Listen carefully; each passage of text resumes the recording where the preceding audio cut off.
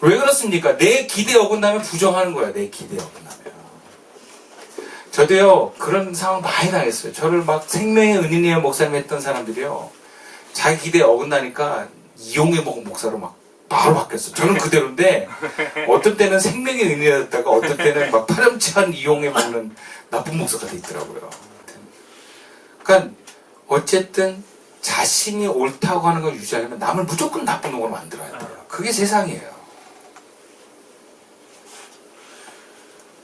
목회라는 것도 그렇습니다. 저는 목사님들에게 이런 얘기 되게 많이 들었어요. 교회가 성령 충만하면 반드시 숫자가 많아지게 돼 있다 그랬어요. 그 뭐 막 성경 얘기도 막 예수님이 공생애가 얼마나 많은 사람들이 따라다녔냐 막 그러고, 바울이 에베소 사역할 때 얼마나 성령 충만한 역사가 일어나자 도시 전체가 막 마법에 관련된 책을 다 태우고 막 다 예수 믿지 않았냐 막 그러고, 뭐 1907년 평양 대운동 막 끄집어내가지고 자신 논리를 핍니다. 부흥과 숫자는 비례한다. 그러니까 그걸 주장하고 그걸 못하고만 하면 어떻게 됩니까? 교회가 적으면, 교인이 적으면 뭐예요? 그 교회는 다 불이 꺼진 교회가 되는 거예요. 뭔가 목사가 무능한 교회가 되는 거예요. 왜냐하면 성령 충만한 교회는 무조건 인원이 많아져야 되는 논리를 내가 지켜야 되기 때문에. 여러분, 우리는 항상 뭔가 그래서 막히고 힘들면 자꾸 이유를 찾습니다. 내 인생의 모든 걸 내가 다 알아야 되는 것처럼 기대하면서 안 되면 이유를 찾아요. 나한테 찾지 않고 또 남에서 찾아요. 여러분, 내가 옳다는 걸 주장하면 무조건 남이 틀려야 되는 게 세상 사람들의 논리입니다. 이것은 우리 성도들이 이런 삶에서 우리가 굉장히 나를 주장하고 내가 옳다는 걸 주장하는 삶에서 또 보일 수 있어요. 물질적으로 부족함이 없고 몸이 건강하고 형통하면 예수 잘 믿어서 그렇다고 얘기를 했어요. 그러면 그럴 수도 있어요. 근데 그렇지 않을 수도 있거든요. 그럴 수는 있는데 문제는 내 기대가 어긋날 때 내 주변과 나 스스로에게 자꾸 공격을 한다는 거예요. 너 이래야 되는 거야. 이거 잘못한 거 아니냐. 이런 식으로. 지금 우리가 이런 어려움을 겪는 건 이것 때문이 아니냐 하면서 공격을 합니다. 공격. 집에서 애가 아프잖아. 그러면 부모가 막 공격을 해요. 스스로에게. 야, 내가 애를 잘못해서 그런 게 아닐까. 심지어 애가 키가 안 크잖아. 그러면 내가 키가 작아서 이런 자책들을 많이 해요. 공부를 못하면 내가 공부 못해서 애들이 공부를 못하고, 그냥 내가 공부 못하니까 애들이 공부를 못하는 거야 이렇게 받아들이면 괜찮은데, 내가 공부를 못해서 애가 공부를 못하는 거야 하면서 자기 비하로 빠지는 거예요. 아니면 애를 잡아요. 네가 공부를 똑바로 해야 될 거 아니야. 자기도 공부 안 했으면서.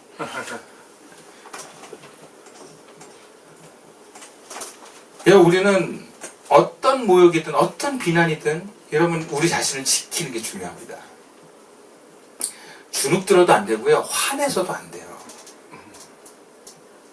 물론 내 안에서 나를 향한 모욕과 정죄의 소리를 지키는 것은 쉽지 않습니다. 왜냐하면 굉장히 오랜 세월 동안 내 몸에 배어 있어요. 그게. 때로는 그게 나를 발전시키는 소리도 됐었어요. 저 같은 경우는 너 무능하면 안 돼. 열심히 해야 돼. 이게 항상 저한테 하는 얘기였기 때문에 전 그런 소리들로 인해서 굉장히 많은 능력들이 올라간 것도 사실이에요. 근데 여러분, 이게 어느 순간부터는 마귀가 뒤에서 조종을 하기 시작합니다.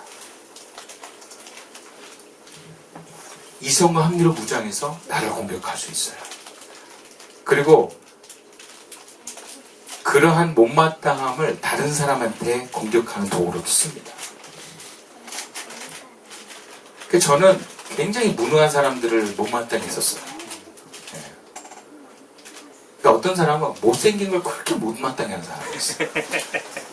자기 못생기면 안 되는 사람들은요, 이 미모와 잘생김을 중요시 여기는 사람들은 굉장히 그런 걸 또 못마땅히 하고 또 그런 투사를 많이 합니다. 어려운 말로. 여러분, 우린 이런 모욕과 조롱에서로도 우리를 보호하셔야 돼요. 왜?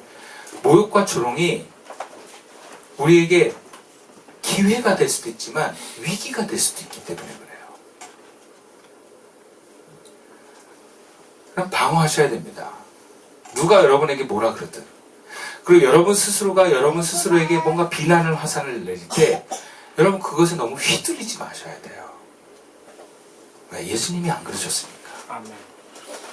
예수 믿는다는 건 예수님을 닮아가는 것입니다. 예수님은 지금 하나님이심에도 온갖 모욕과 조롱을 당하셨어요. 그리고 그걸 우리에게 알려주셨어요. 내가 이렇게 모욕과 조롱을 당했다. 그러면 초대교회 예수님의 이 모습을 보는 성도들은 아, 우리도 이런 일을 당할 수 있겠구나. 아, 우리가 예수 믿고 이런 일 당하는 게 예수님도 당하셨던 거였구나 라고 받아들일 수 있는 사건들인 거예요. 초대교회 때 얼마나 많은 예수 믿는 사람들이 특히 유대인들에 의해서 얼마나 조롱을 받았는지 몰라요. 심지어 나중에 이제 핍박이 강해질 때는 막 사자밥이 되는 그런 원형 경기장에 던져지기도 했거든요. 네로 시대나 도미시안 황제 때. 그때 막 군중들이 굉장히 모욕하고 조롱했어요. 예수 믿는 사람들이 죽어가는 것을 보면서. 그럴 때 예수 믿는 사람들이 누구를 생각했겠습니까? 예수님이셨어요. 예수님도 모욕과 조롱을 당하신 분이셨다는 걸 보여주는 거예요. 근데 그게 끝이 아니라는 걸 보여주시는 거예요. 그것을 통해서 우리는 부활할 수 있다는 걸 보여주시는 거예요. 근데 모욕과 조롱에 휘둘리면 부활할 수가 없습니다. 우리의 껍질이 더 단단해질 수 있어요. 모욕과 조롱을 안 당하려고 하는 말과 행동 우리를 더 감추어 버릴 수 있습니다. 그것은 하나님과 더 멀어지는 길이에요. 내가 척하는 것은 하나님과 더 멀어지는 길입니다. 그럼 하나님은 우리 영을 만나주시는 분이에요. 왜? 하나님이 영이시니까. 그러면 우리가 하나님 앞에 가면을 내던져야 돼요. 그 가면을 내가 썼는지 안 썼는지를 어떻게 아는가? 고난받아 보면 알고요. 모욕과 조롱을 당해보면 압니다. 내가 발끈하고 있다는 건 뭐예요? 아, 내가 이게 있구나. 아는 거예요. 그래서 이러한 공격이 우리에게 딱 들어왔을 때, 이러한 유혹이 우리에게 들어왔을 때 우리가 어떻게 방어하고 잘 감당할 수 있을까? 먼저 우리는 예수님을 봐야 합니다. 그리고 예수님이 어떻게 하셨는가? 우리가 딱 봤을 때 예수님의 모습은요, 아무런 대응을 안 하셨어요. 한마디도 안 해요. 그렇죠? 이것이 무엇을 뜻합니까? 예수님은 먼저 로마 군인들의 수치스러운 행위와 군중들의 모욕적인 말들에 흔들리지 않았다는 것을 말합니다. 이거는 스스로도 자신을 정죄하지 않았다는 거예요. 자신을 비난하지도 않았다는 거예요. 하나님 자신이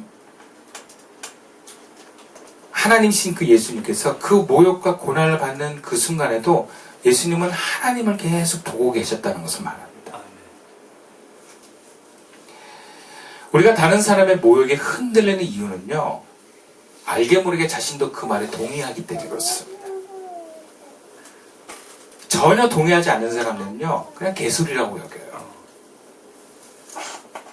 근데 내가 조금이라도 뭔가 동조하면요, 흔들리거나 화가 납니다.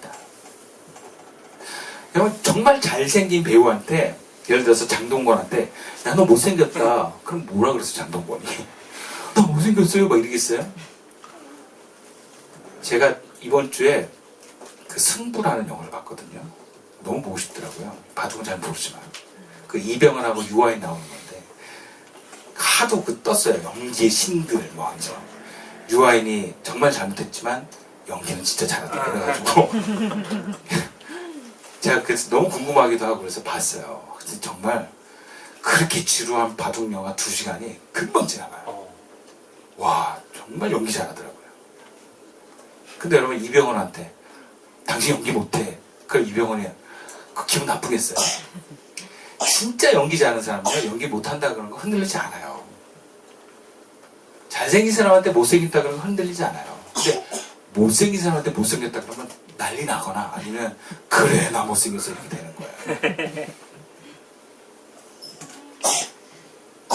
열등감 있는 사람은 그걸 건드리면 화를 냅니다. 혹은 열등감에 빠집니다.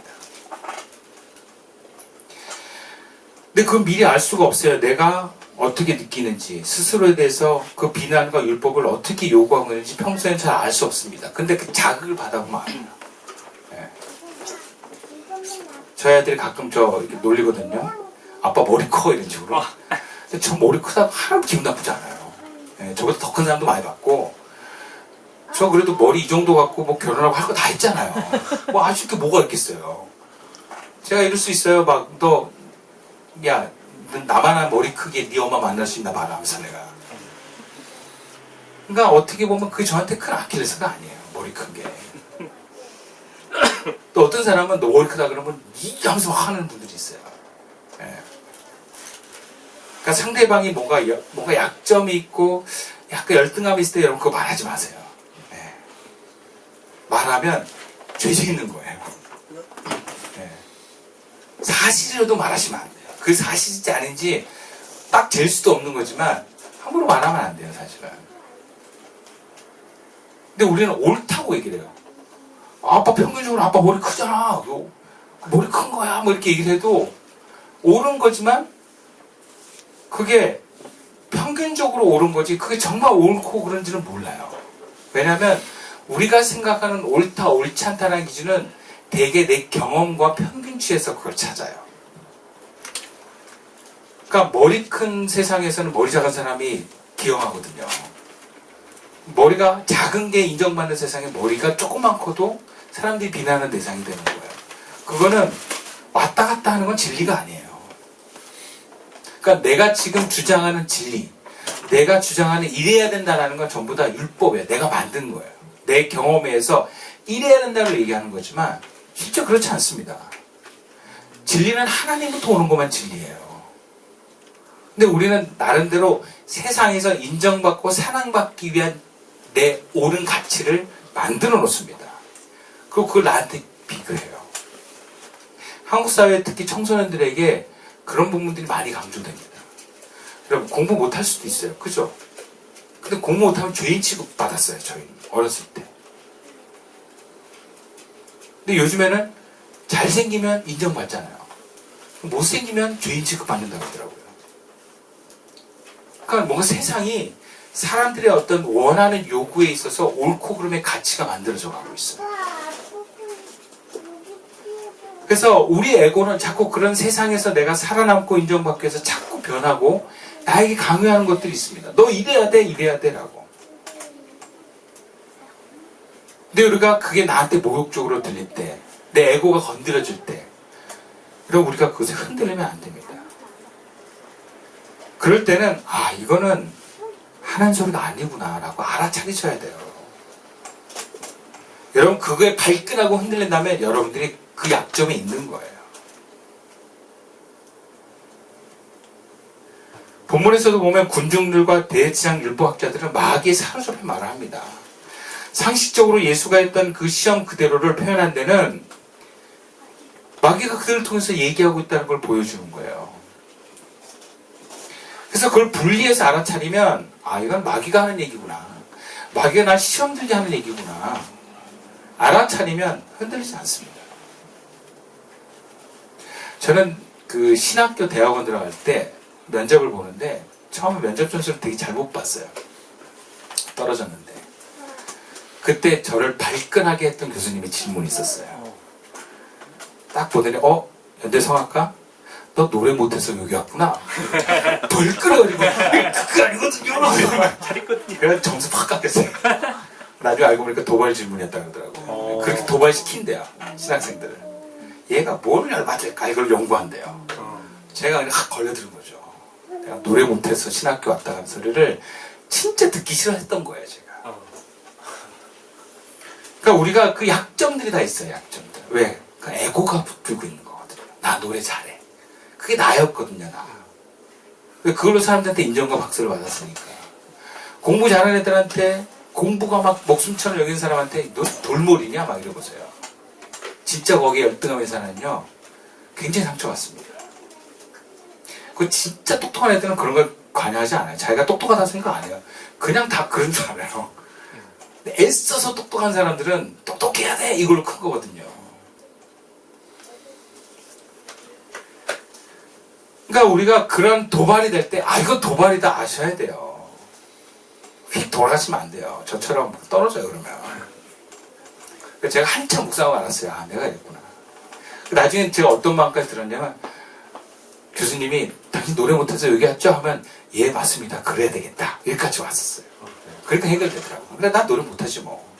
하나님 은혜 주셔서 노래 잘하는 거지 뭐. 나중에 나 원래 무능하지 뭐 이게 다 되더라고요. 근데 처음에 내가 막 붙들고 있을 때는 그 건드리면 그렇게 화가 나요. 그게 내 자존심이었으니까. 자존심이 뭡니까? 나를 세워주는 도구들이에요. 나를 부정하는 거예요. 자존심 상하게 하는 건. 그래서 화를 내는 거예요. 아니라고 얘기를 하는 거죠. 근데 그렇게 분리하고 애써도 안 되는 경우가 있어요. 폭발하는 말들이 있습니다. 어떻게 되겠습니까? 오늘 본문에서 사람들이 모욕하고 저주하는 예수님을 지금 골고다의 십자가에 매달려 있어요. 십자가에 매달려 예수님께 막 욕을 하고 있는 거죠. 그럼 이것이 무엇이겠습니까? 예수님이 왜 십자가에 굳이 그런 퍼포먼스를 하셔야 되겠습니까? 우리가 딱 생각하는 예수님은 십자가 예수님이 딱 생각이 나요. 왜 그 예수님이 그 십자가 예수를 우리에게 보여주셨을까? 그것은 인류의 모든 죄를 예수님이 담으셨다고 하는 상징적인 거예요. 그러니까 예수님의 십자가에 매달린 건 뭐예요? 인류의 모든 죄를 내가 다 담았다 이런 의미예요. 그래서 내가 이 담고 내가 대신 죽어준다. 그것이 우리가 용서받을 수 있는 예수님의 우리를 향한 자기 포기 선언이거든요. 그러면 우리는 이것을 통해서 뭘 해야 되는가? 나에게 있는 모든 죄는 예수님의 십자가에다 담을 수 있겠다.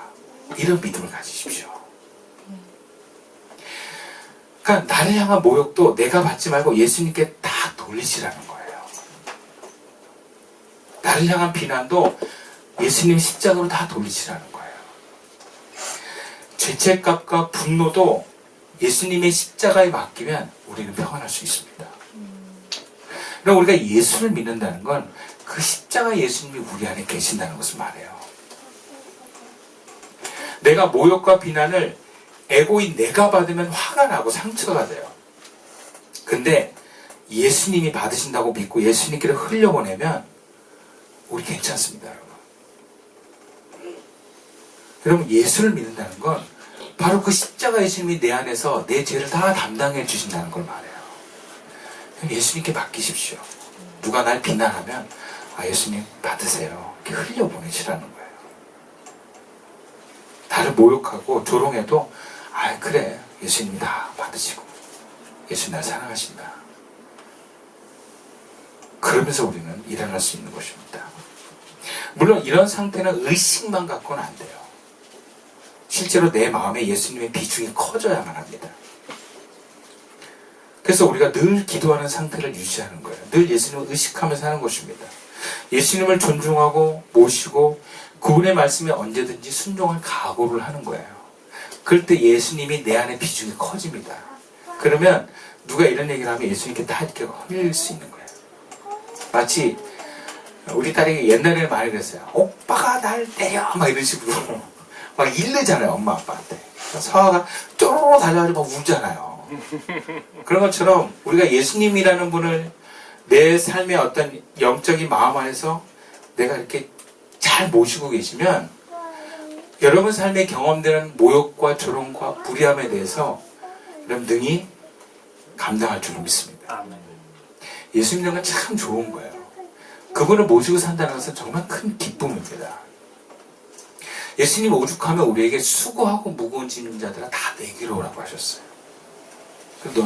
너희는 내가 주는 짐만 줘. 너희 짐 내가 다 짊어줄게 그러셨어요. 그러니까 우리가 신앙생활에서 중요한 건 뭐냐? 그 예수님을 내 안에 비중을 크게 만드는 거예요. 계속 예수님 생각하는 거예요. 근데 그러려면 그분과 많은 시간을 함께 보내는 것에 우리의 삶에 중요한 삶의 이 루틴들이 있어야 될 거라고 합니다.